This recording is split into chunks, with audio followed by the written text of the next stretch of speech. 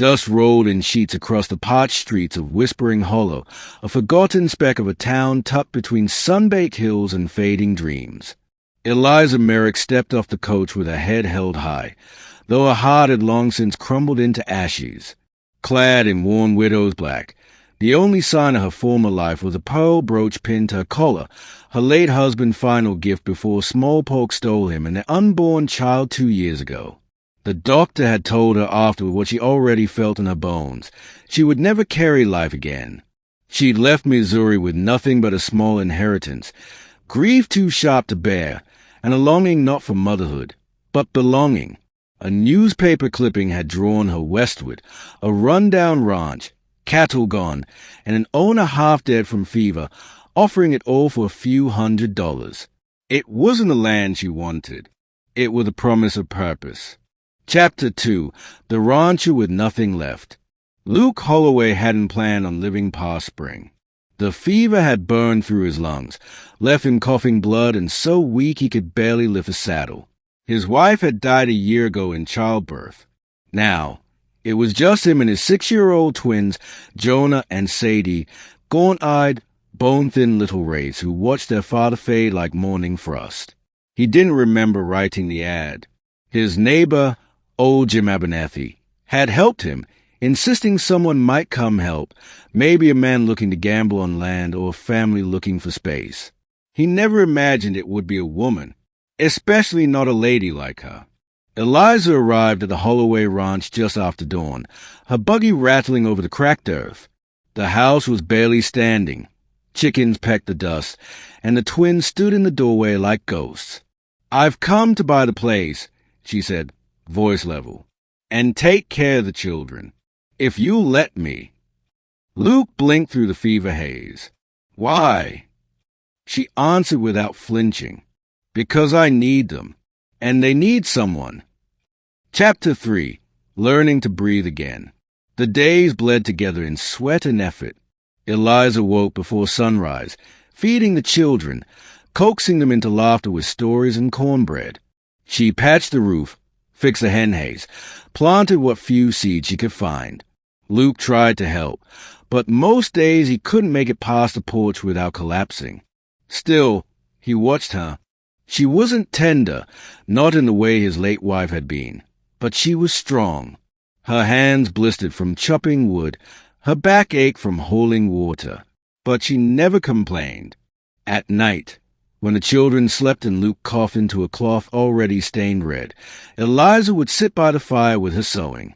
"You're going to get better," she told him once, without looking up. He chuckled bitterly. "That's not how dying works." "Then die later. I need help fixing the barn." He stared at her, baffled, amused, a little angry, and something else too. Chapter 4. A Mother in Spirit. Jonah didn't speak for weeks. Sadie wet the bed and curled into her brother at night like a kitten too small for the cold. Eliza didn't push them. She made room. They began following her around the ranch, silent shadows at first. Then, one day, Sadie tugged Eliza's apron. "Can I help plant carrots?" Eliza blinked. "Yes. You plant hope, baby girl. Not just vegetables." That night, Jonah brought her his favorite rock, said nothing, just placed it in her hand and walked away. Eliza stared at it for a long time, tears stinging her eyes. Chapter 5. The Ride into Town. When Luke could sit a saddle again, he insisted on riding into town. For medicine, he claimed, but Eliza knew better. Pride was a heavy thing for a man who'd lost everything. He needed to feel useful. They rode in silence, side by side. The sun beat down hard, but the wind was softer than usual. When they arrived, the town looked at them differently. Whispers floated. The widow and the dying rancher, strange pair. At the general store, Luke collapsed, right there on the floor. Eliza didn't scream. She knelt beside him, brushed the sweat from his brow, and called for water. "Don't you dare give up," she hissed through gritted teeth. "Not after all we built." Chapter 6. Between Two Hearts. Luke survived the collapse, but just barely. While he rested, Eliza stayed by his bedside. She told him stories from her childhood, about her papa's wheat fields, about the baby she'd lost, about the dreams she never spoke aloud. "I never wanted to be alone," she whispered one night. "But after Henry died, they all looked at me like I was broken." "You're the strongest woman I've ever met," Luke rasped. "You fixed what I couldn't. You and the kids fixed me first." Silence stretched between them. Then his hand, rough and calloused, found hers. Neither let go. Chapter 7, Fire and Ashes. It came just as they began to hope. Bandits, drawn by rumors of gold buried on the Holloway property. They set fire to the barn, shot 2 of the cattle, and left a note nailed to the porch. Leave or burn with it. Luke wanted to fight. Eliza said no. "They'll kill you." "Then I'll die protecting you." She put a hand on his chest. "You already gave us everything. Let me do the rest." They didn't sleep that night.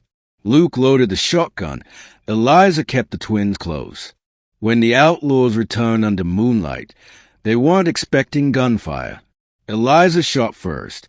Luke fired next. Jim Abernathy arrived moments later, rifle in hand and eyes burning. By dawn, 2 outlaws were dead, the rest had fled, and the Holloway ranch still stood. Luke collapsed afterward, not from wounds, but from the weight. Chapter 8, More Than Blood. Weeks passed.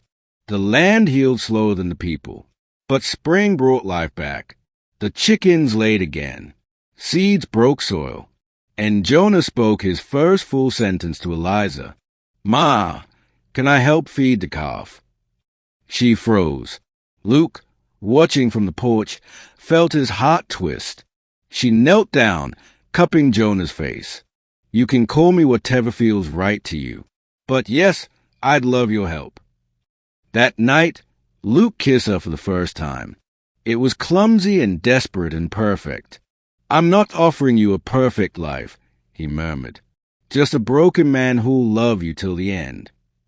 "I've been broken before," Eliza whispered. "But this is home." Chapter 9, A New Beginning. They married beneath the cottonwood tree behind the barn, just as the first yellow flowers bloomed. The twins stood by Luke's side, wearing clothes Eliza had stitched herself. Jim officiated. The town came. Even those who once whispered now nodded in approval. Luke's lungs would never be strong again. Eliza would never bear children. But together they raised 2.